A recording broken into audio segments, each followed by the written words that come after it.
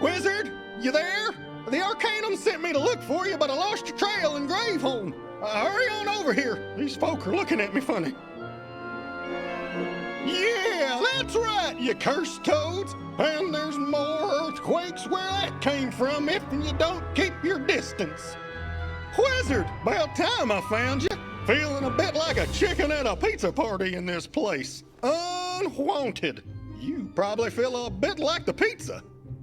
Now, far be it from me to tell you not to seek vengeance on those what wronged you, but maybe we can arm you better, huh?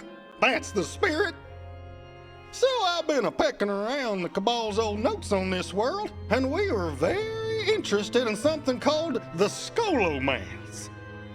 Or more to the point, the strange cards that seem to read a person's soul and future, which originated in that hateful place. What if we could recreate the idea without all the evil and merge it with our own magic to create a spell? I think I might have an inkling as to how. But spells need form and energy and identity. I think we can start with the latter by gathering up the myths of Darkmoor. There's a hall of records over yonder. See what you can find there.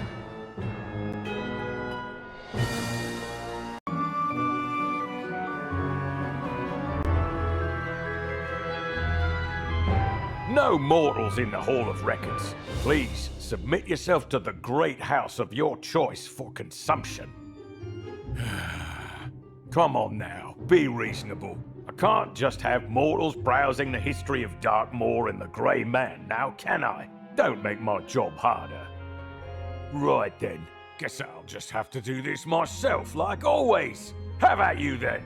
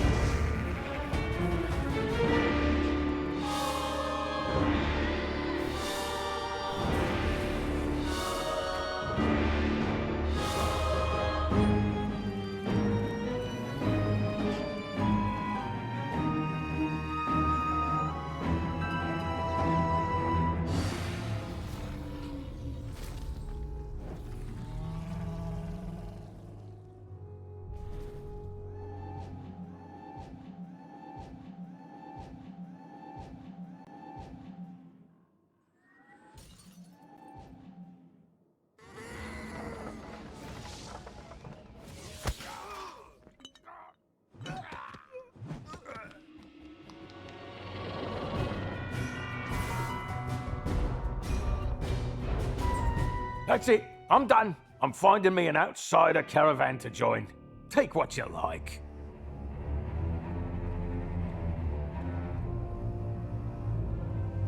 It is said that Balaur found the Scholomance.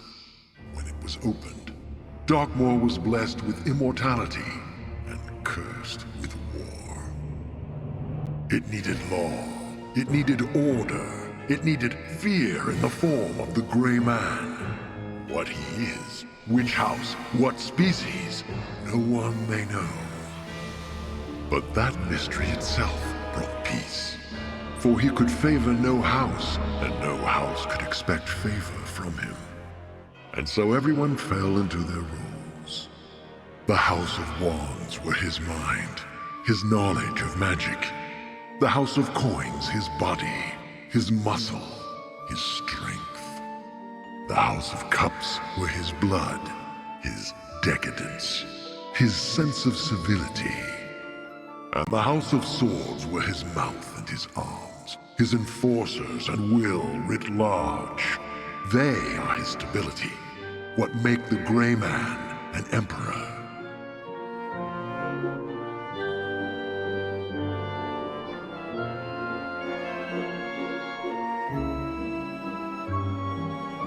I will peck your eyes out! Oh! Hey, wizard, you're back! What'd you find? Ah, the mythology of Empire, I see. That ought to do it. Even tells me which card we should create. The Emperor. So, now we got the hard part. Our new spell needs a shape, and that shape needs filling with meaning. And both these here things need to be forged through action. Hang on a sec there. Caro et anima, Aether et substantia, Taroki et spell cards. That there is some fancy pants incantation what will mold your actions into a card, probably. So, let's start with the shape of our spell. If in the House of Swords makes the Emperor, then I say Gargoyle should be our Emperor. Go give him a tussle, wizard.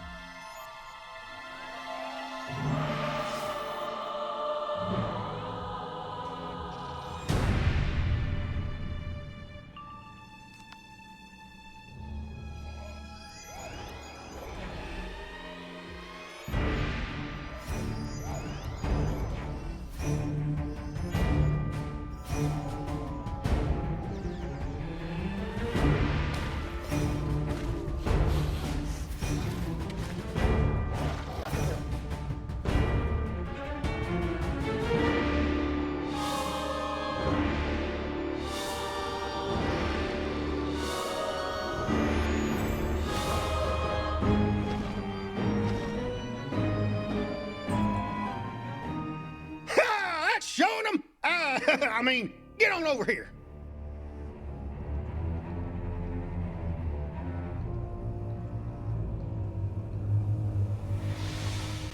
We are engaged in some very serious spellcrafting here, after all.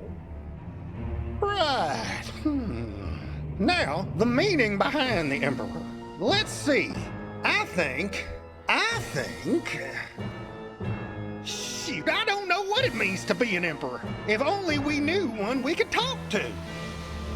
By gum, Wizard, that's a humdinger of an idea.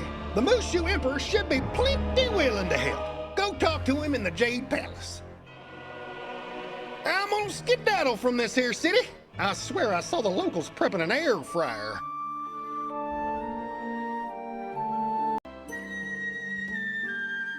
My friend, you appear distraught. Is everything well? I see. If telling you the ways of the Emperor will help, then I will do what I can. An Emperor is many things, depending on who you ask. I would say an Emperor is a servant to a people, to a nation, to a world. To rule with care and kindness, discipline and wisdom, that is the way of the Emperor. Yet one cannot deny the inverse philosophy. Many emperors are tyrants, ruling with fear and threats and bribery. Perhaps I can demonstrate both sides of empire in one task. I have only just received word of a threat in distant Kathmandu. Something left behind by the Stone of Heaven has risen and rallied an invasion force. Travel to Kathmandu, save my people, and see what it means to be an emperor.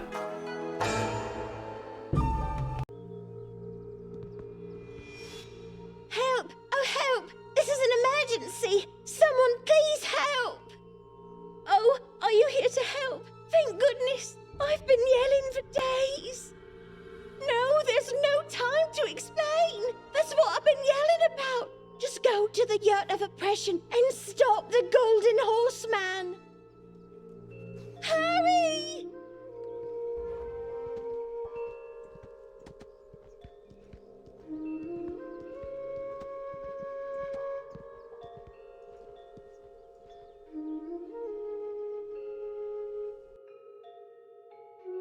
Have you come to worship me, little flesh thing? You should, for I am glory. I am greatness. I am golden. And all exist to bask in my glimmer. Tongue-Ock. Was I once Tongue-Ock? Perhaps. But he was a mortal thing. A squishy thing. I am everything he wished to achieve. His great aspiration. I am the living soul of conquest. And all shall be crushed neath my golden iron fist.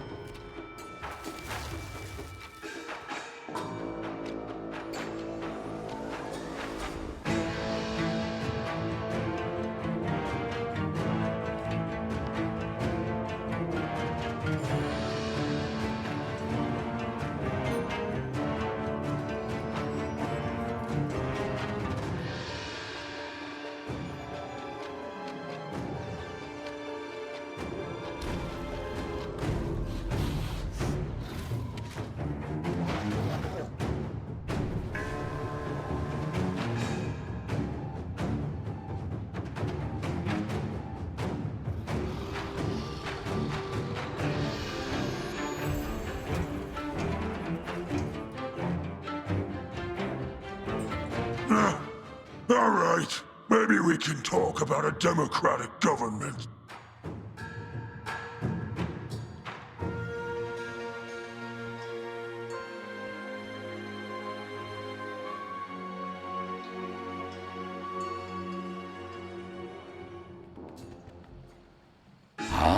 The shavings of Tanakh still haunt us, it seems. He touched the power of heaven and went mad with it.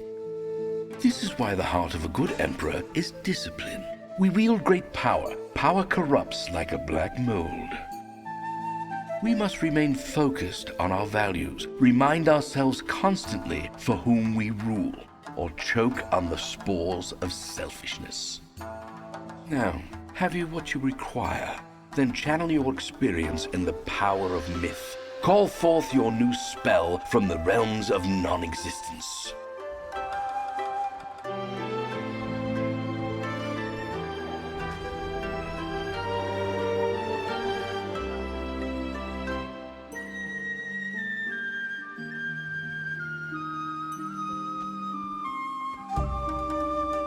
A grim emperor indeed. One redolent with the scent of a painful old magic. Be judicious in its use.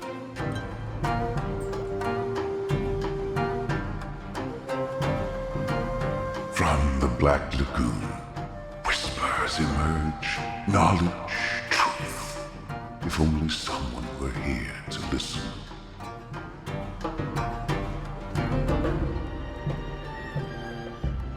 The wizard hears the call of the shadow.